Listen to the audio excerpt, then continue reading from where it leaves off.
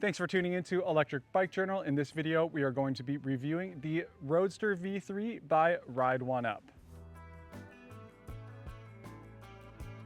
We have reviewed the Roadster V2, which is the previous version of this bike, and we did enjoy riding that bike, so we were looking forward to getting our legs on this bike and seeing what the Roadster V3 is all about. The Roadster V3 is a class 1 to 3 e-bike. You can set that on the controller, so depending on the regulations for where you are, you can either have that a class 1, 2, or 3 bike. We have set this bike into a class 3 mode because we are able to ride up to that 28 mile per hour speed limit and wanted to see how it did doing that. This is a rear hub drive bike and it has the Ebike 500 watt rear hub motor that produces up to 50 newton meters of torque. Powering this bike is a 360 watt hour battery that is UL certified with Samsung cells, and it is removable so you can charge it off the bike. The Roadster V3 features Ride1Up's IntuaDrive sensor system, which is a torque sensor that is set out to deliver smooth and responsive power. The display is a small 1.3 inch screen that has a two-tone display, and the buttons and the throttle are integrated onto that display. The Roadster V3 comes in two different drivetrain options. We have the 10-speed Shimano Dior option, but you are also able to get this in a single-speed belt-driven option as well. For us, we chose the 10-speed option as we live in a pretty hilly area, and we wanted to have that option for the gearing to get up those steeper hills. The 10-speed drivetrain is a Shimano Dior drivetrain with Shimano Dior shifters and has a 42-tooth front chainring with an 11 to 36-tooth cassette. This has 2-piston hydraulic disc brakes by Tektro front and rear. The tires are 700 by 45C Schwalbe G1 RS gravel tires, and it comes with front and rear fenders as well. Included with that is a front light and a rear light that is integrated into that rear fender. The saddle is a Cell Royale saddle, and the grips are ergonomic grips by Ergotech. The cables are routed through the stem and it keeps them nice and hidden throughout the frame. There are 3 different sizes for the Roadster V3. There is a low step version that is for riders between 5'1" and 5'10". This frame that we have here is the small in the high step version, and that is for riders between the height of 5'3" and 5'8". The large size of the high step version is for riders between 5'8" and 6'3". The Roadster V3 comes in weighing around 40 pounds and has an estimated range between 20 and 40 miles with a price tag of $1,295. The belt drive version of the bike comes at the same price as well. There are a lot of things that we enjoyed about the Roadster V3, starting with its minimalist design where nothing is really done over the top. There are definitely some key upgrades that they have done to the V3 over the V2 model, and we think that is all a bonus and a nice upgrade. Some notable upgrades for the bike are the larger battery and the larger motor size, and those are really noticeable from that older version to this bike here. Overall quality and finish of the Roadster V3 is very solid, and it is a really solid feeling bike when you pick it up and move it around. It doesn't feel like anything is rattling. All the welds are done on really well on there, as well as the paint. It is a solid paint job and it's a pretty good looking bike overall. Right off the bat, when you're looking at this bike, it doesn't even really look like an e-bike as well. That slim down tube with that battery pack in there isn't really overdone like some other bikes, and the rear hub motor is integrated into that rear wheel behind that cassette nicely and tucks away pretty discreetly. Speaking of that rear motor by Ebike, I believe that's how it's pronounced, it is a very smooth and quiet motor. Also, when you do put that in the higher pedal assist modes, you really feel the power that this motor is able to output. That paired with the IntuaDrive system that Ride1Up has integrated that technology into this bike, you get a smooth pedal assist feeling. It's nothing unnatural. That is a bonus for someone that really likes to feel like they're just actually riding the bike and not just getting too much assistance for the motor.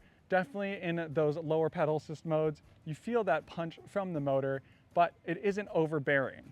So if you really want to get a workout on this bike, you can keep that in that eco mode, and you will definitely have to put some work in. When you do start putting it into those higher pedal assist modes, even with those just slight adjustments in the power that you are outputting, you can feel that motor ramp up, especially when you get into that boost mode. You don't have to put as much power down to get the motor assist, that boost mode, but when you do really step on it, you get going up to speed pretty quickly. And even when you do get up to that higher limit at the 28 mph mark, it doesn't just immediately cut off, kind of just tapers off, which is nice. With the nice wheel spec that they have on here, and especially with those Schwalbe tires, you can feel that this bike is efficient and will roll well even without any pedal assist. And we think that is just a good way of being able to maximize the range, is by keeping it in that lower pedal assist mode, but you are still able to pedal very efficiently. The Roadster V3 is also a comfortable bike to throw your leg on and go pedal. Having those flat bars and those ergonomic grips give a nice riding position. The bars are not too wide either, so it's not like your hands are too far out there. They're actually at a very nice position in front of you, and those grips are comfortable as well. The Cell Royale saddle isn't my favorite saddle that I've ridden, so just personally, I would probably change to a different saddle, like maybe an Ergon All-Road, just to more personalize the fit for me on this bike. Sizing wise for the Roadster V3, this here, like mentioned, is the small of the high step version. And I am at the somewhat top of that 5'8" mark, where they say that you are maxing out on the small version, but I think if I went to that large size, it would be a bit more of a reach and wouldn't be as comfortable. As this sits now, the small, for me, I'm 5'8", is nice. You get a nice comfortable upright seated position, and the reach to those bars is very comfortable. The spec of the Roadster V3 for this price point is also pretty impressive. This 10-speed model here comes with the Shimano Dior shifters, and you get that smooth shifting that you expect from Shimano. Having the Schwalbe GS1 RS Super Race tires come with the bike is also a big plus. This is definitely a higher end tire, and it looks great with those skin wall sides. For this bike, the tread pattern fits well, as it's not super knobby, but it has some grip if you want to be able to take it off the pavement a little bit. The overall looks and design of the bike were definitely very thought out. As you can see, one little detail is that the cables from the front of the bike are routed through the stem to keep this bike nice and sleek looking, and you're not going to get any of those cables to be in your way at all. The small minimal display is also a nice touch to this bike. It's just big enough to see the crucial information like the speed even in the direct sun. Having that throttle integrated onto the screen is nice as well, and it keeps the bars pretty clean and minimal on there. There is a little bell as well on the right hand side if you need to use that. I did notice that some of the very small print on the display is a little bit hard to see, like the trip, but that is something you might not need to see at all times. All the crucial information you can easily see on that display, and it is easy to hit that button to change the pedal assist mode. Having those fenders is nice for when the roads get wet, and they will definitely keep you dry when you're in that inclement weather. There really isn't much that we didn't like about the Ride1Up Roadster V3. If you aren't a fan of this mint color that they have here, they do have an option that comes in black, and it does come with those skin wall tires, and that does look pretty good in our opinion. We did opt, like we said, for the 10-speed version because we do live in a hillier area, and it is nice to have that option in gearing, and I think that was a great choice. They do have that belt drive option, which would be great if you live in a flatter terrain and want the simplicity of a belt drive. For the price of $1,295, the Roadster V3 is a great value for what it has to offer. If you're looking to get an e-bike for under $1,500, the Roadster V3 is a solid option for that. It has the 10-speed version if you live in a hillier area or want that option, as well as that single-speed belt drive, all for under $1,500. Throw on the optional rear rack on here and you have yourself a great flat bar commuting bike. Let's go on a ride to give you a little POV experience in a few different scenarios on the Roadster V3. The Ride1Up Roadster V3, gonna do a little road test, see how it goes as we're riding. And right now I just have the bike turned off just to see how the bike rolls and feels without any pedal assist from the motor, and it actually rolls really nice. And having the 10-speed version, which is the chain-driven one that has 10 speeds, it's nice because you really can change those gears depending on the hill or road that you're on. They do make that single-speed version, but where I live is a bit hillier, so figured 10-speed would be the way to go. And with the bike being around 40 pounds, this is the size small, it really doesn't weigh much. So pedaling right now, the bike off, shifting through the gears, it feels easy. And you know, having the big 700C wheels, it rolls nice on the road. And we'll get to the stop sign.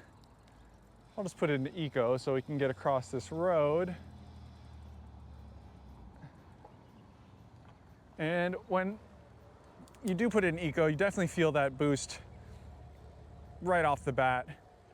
This does have the new Intuidrive torque sensing that they have put onto this bike. And it really, you can tell that if you put more power down, you're definitely going to get a little more assistance from the motor. And that's actually very nice. Even in the higher boost modes, when you're soft pedaling, it doesn't just take off.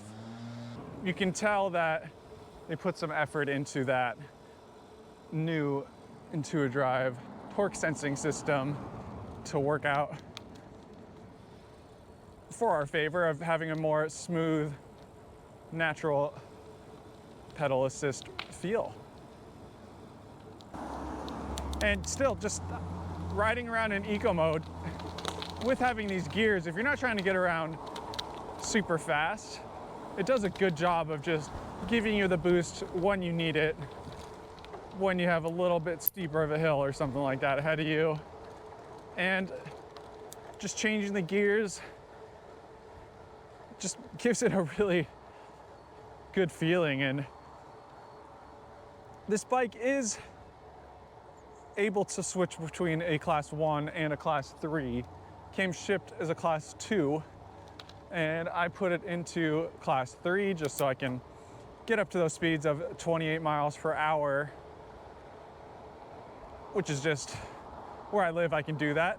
Not everywhere you can have a class 3 bike, but right now I'm still in eco mode and we're cruising at 16 miles an hour. 15 now because we got the hill, but if I start pedaling, putting some more effort into it,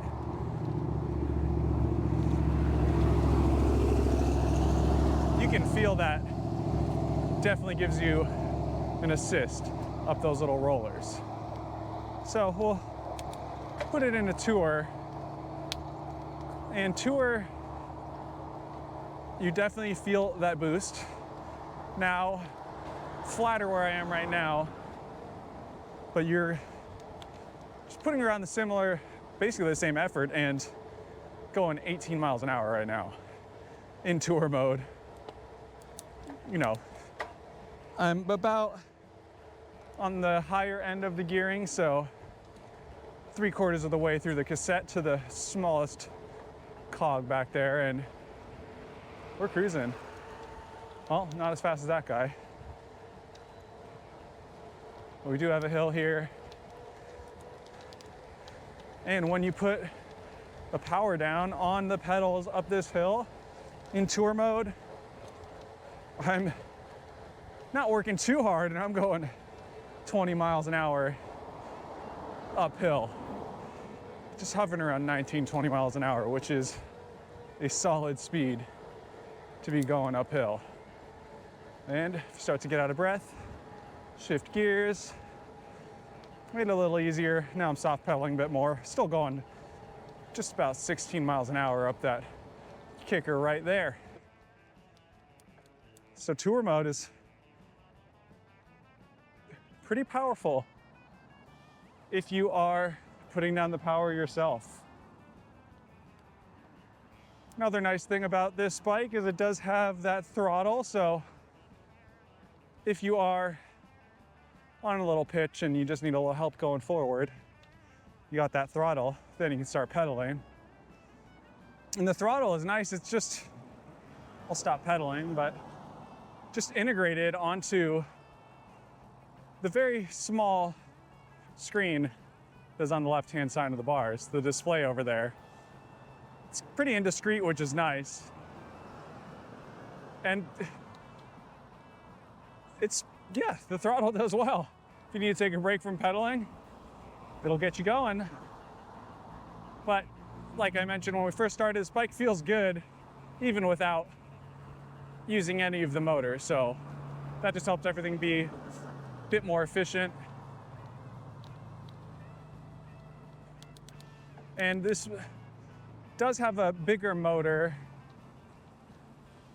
than the previous version. I believe, yeah, it's a 500 watt rear hub motor. So that's a good size right there. And a 500 watt motor that puts out 50 newton meters of torque. So when you do put down some power, you could feel that motor, especially on some of the bigger hills. It's outputting all of that 50 newton meters of torque, and it feels good too. This Ebike, I believe it's pronounced, rear hub motor is very smooth and quiet, actually. It's my first experience on this motor, and it is nice and quiet. Definitely smooth too. You don't hear crazy whining or whizzing noises from the back. So that's a plus right there, that's for sure. So we'll put this into sport. And sport, you feel that for sure. I mean, it still does have 2 more levels of pedal assist. So in sport, you don't have to put down as much power when you are pedaling to feel that boost from the motor. So we're hovering around 18 miles right now per hour in the hardest gear, just because we are going slightly downhill. But I will put this into, oh, excuse me, it only got sport and boost, my bad. But yeah, put it into boost mode. And even above 25 miles an hour, when you pedal in boost mode, you feel that. You can still, it's still pushing you to get to the 28 miles per hour. And that's pretty cool. And the bike is very stable at that 28 miles an hour. When you do get to that 28, it doesn't cut off too abruptly. So it's not like you're just gonna feel like you're riding straight into a wall or something like that. It actually cuts off pretty smooth. All right, we've got a big downhill here. Goes straight into a stop sign. It's a good way to test out these Tektro hydraulic disc brakes. Just coasting down. Easily get to 30 miles an hour right there. Yeah, it's another nice thing about this 10-speed is you got a lot of choices to make when you are in a hilly environment. So I'm gonna go up a big hill. We'll start in Eco just to get us going. This is a big hill, 15% grade. It's short, but steep. And I'll start somewhere in the middle of the cassette in the back just because that's what I'm gonna need to get up this big hill. Get to the stop sign. Starting in Eco because I already know it's gonna be hard. But yeah, here we go. But yeah, right away, feel that motor working for you. I'm just gonna downshift already. Eco is a good start, but once you get into Tour, you feel that boost from the motor. I'm gonna downshift again just because it's getting a little heavy. And into Sport, a little more boost right there, picking up speed. Here's boost, and the top is where it gets steep. We're going 11 miles per hour up this, and it's, you can feel that motor using a lot of the torque to get us up there. And we're all good. Made it to the top. And using that boost again just to get us across the street, catch our breath, but pretty good hill climber, that's for sure. Let's just stop right here. No cars behind us. Get going. See how fast in turbo, excuse me, boost, we can get to 28 miles an hour. So here we go. And right away, shifting gears to get to a harder gear. But pretty quickly, up to that upper limit of 28 miles per hour. So if you're needing to get somewhere fast relatively quickly, this bike will do it. Well, this is not a gravel bike per se, but it's always fun to go check out the local little dirt loop.